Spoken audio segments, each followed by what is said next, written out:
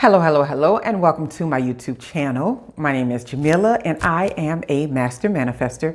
And if you're watching this, you probably are too. So you get it, right? If you're into that thing, make sure you like the video for one, and then make sure you subscribe for two, right? Like they say, it doesn't cost you anything, and you have access to all this fun content, right? Nonetheless, let's dig right into it. 3 things you need to get rid of in order to mainline your manifestations. We'll say that, right? You won't have to be related to drugs in order to mainline your manifestations. I think they say mainline in a church too. I don't know. Don't they say something about Jesus on the main line or something like that? I don't know. It seems familiar. So anyway, to get your manifestations on the main line, let's do that. 3 things to get rid of. Number 1, it's taking without giving. I know we have a society right now that tells us that we don't know how to receive, right? But some of us have become really good experts at receiving. And we are terrible at giving because we feel like, oh, I finally learned how to receive. I finally learned how to receive. So the idea that you need to learn how to receive, giving has nothing to do with it. Those are 2 separate things. Because a lot of people feel like, okay, if my defense to not knowing how to receive is automatically feeling like I need to give someone something, then maybe that is a part of your therapy.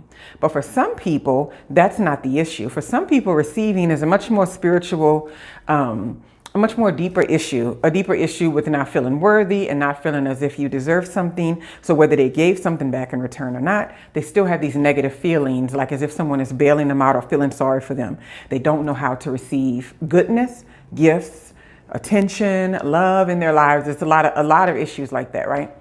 So taking without giving, to me, that's a big deal.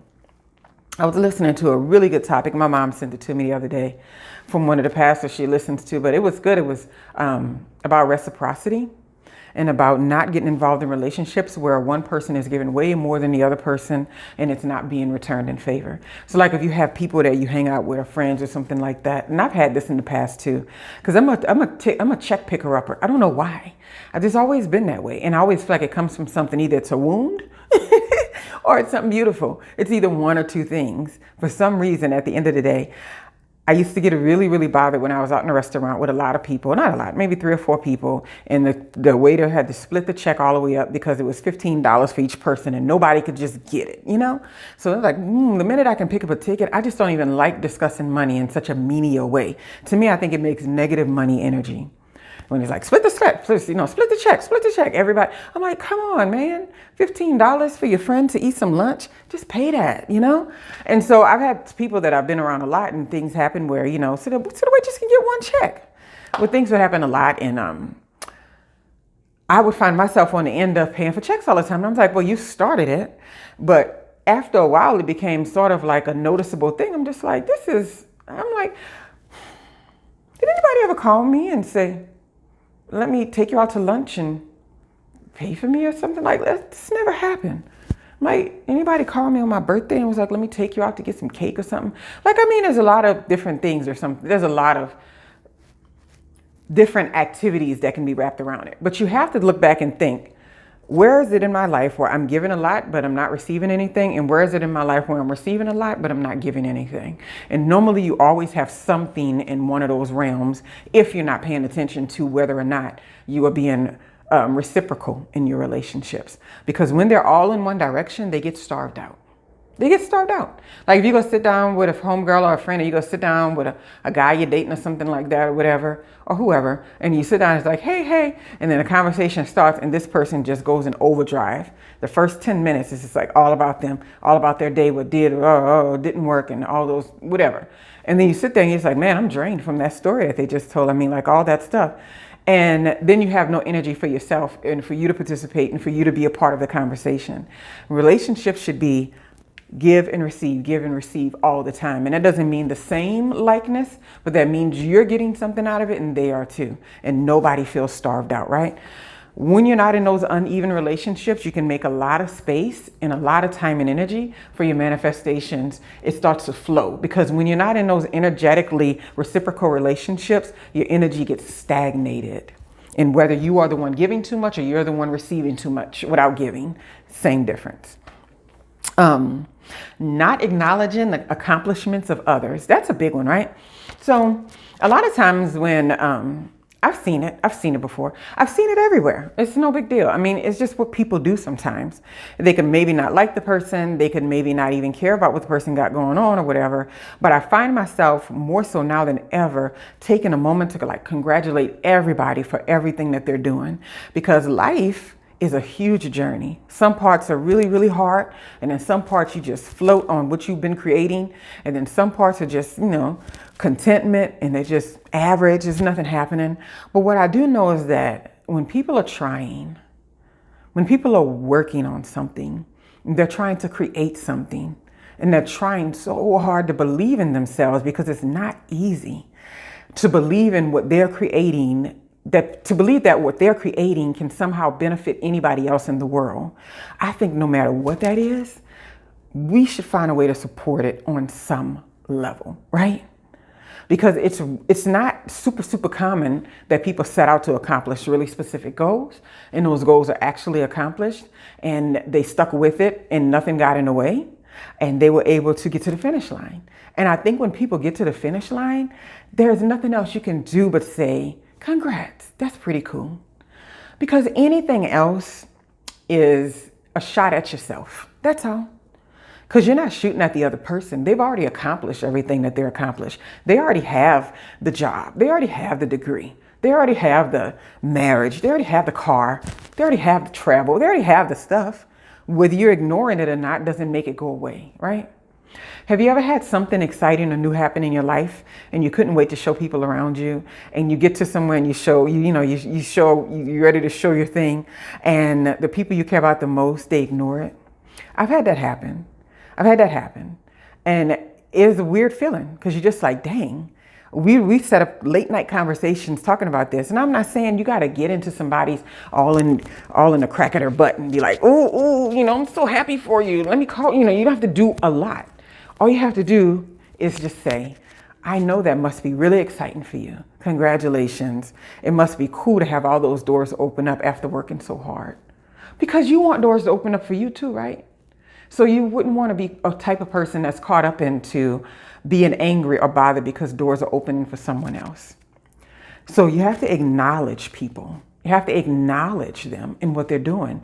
And if you can't be genuine in acknowledgement, try to do something, even if it's shallow, just the acknowledgement of it. I heard that you did this. I think that's pretty cool. I'm glad you're getting what you want. It's not that hard, right? Get rid of that kind of thinking, and you'll free your energetic field around you, and you'll be open. You'll be open to people. And what's so funny is that every time I've gone out of my way, it's especially at work, this new position that I'm working, to tell somebody how amazing job I thought they did on a project, how I thought their designs were amazing, how I liked the content that they wrote, or something like that, all they could do was not wait to tell me how great they thought I was. So this is my thing. If you're looking for compliments and all that kind of stuff, or you want some type of attention related to what you're working on, the quickest way to do that is to actually be interested in what other people are doing. And I mean, very interested in the details of it, possibly, maybe just a high level overview of it, but just showing some interest in something related to someone else that frees you, makes you open, makes you more attractive, and it definitely makes you a lot more likely to receive those manifestations sooner once that space is cleared, because it's negative energy. And last but not least, not making peace with where you are. That's a big one. Man, so many people are mad because they don't have whatever thing they want to have in their life. Or they're mad because somebody around them who doesn't deserve to have the thing has the thing. Or they think doesn't deserve to have the thing has the thing. Or they think that they can see a 360 inside and out, 3D, 4D view into somebody's life. And they think they can really just gauge whether somebody deserves something or not, right? And so that's a very, very common thing that you see even on social media accounts. Or you look on YouTube, you post videos, people are doing house tours. It's a lot of beautiful comments comments, which I love, is great, but there's always those ones sprinkled in there that are negative. And you don't want to get caught up being one of those people who's not making peace with where they are, because that's all that is. Because if you're wanting something and you're hoping for something and you're wishing for something, you're trying to create and accomplish something, when you see somebody else with it, it may not evoke pure joy in you automatically, but then you'll be like, wait, I want that same thing. And when I have it, I want people to like it. I want them to care about me. You're not happy where you're at because you think that you're behind in some kind of way. You think it's some kind of a race or some kind of a competition. And this is not particular to any type of person. This is something I've seen everybody do at different times in their lives in different environments. I am guilty of this myself. Not making peace with where I am. And it made me look around too much and think, ugh, why are they outside of this thing and then I got to do this? And I'm just like, that's because you're just not happy where you are. You're not looking in your own lane. You're not on your own journey. And that's so important, because when that's not the case, it's like all that manifestation energy that should be on your lane, going down, you're in your zone, getting you closer to what you want. You're now veering off into the other lane and you're off focus. You're off, right? Going to take you even longer to get there because you're spending too much time being a rubbernecker. That's what we call that. Sitting in traffic, looking back like this. You can't even drive your own car because you're too busy worrying about what somebody else's car is doing. It's not your business, right? So you got to make peace with where you are and not look around and worry about what other people are, because that's the only reason why you wouldn't be peaceful with where you are, because you're comparing it. Because other than that, it's just your own journey like it always was since you ever got here, right? And the fact that we can see other people's journey so much more now, a lot of us are having even more increasingly trouble having, being at peace with where we are, right? Saying, right, whatever your life is, right now, I'm kind of broke. I don't like the word broke, but a lot of people say it. I'm just using it. I'm financially compromised. Right now, I'm financially compromised. I don't have a mate. I really would like to have one day. One that's exactly the type of mate that I'm looking for. I'm not finished with this degree that I started in college, and I know it could help my career right now. And the people at my job treat me as if they take me for granted and they don't appreciate my work, right? All of those things you can look at and say, oh, that's so this, that's so that. But you will be so much more grateful for where you are and what you're experiencing if you can make peace with the fact that maybe I don't have a mate in my life right now because there's some work that they're doing and that's some work that I'm doing. Then when we come together, we will have less conflict and it'll be more of a beautiful relationship, right?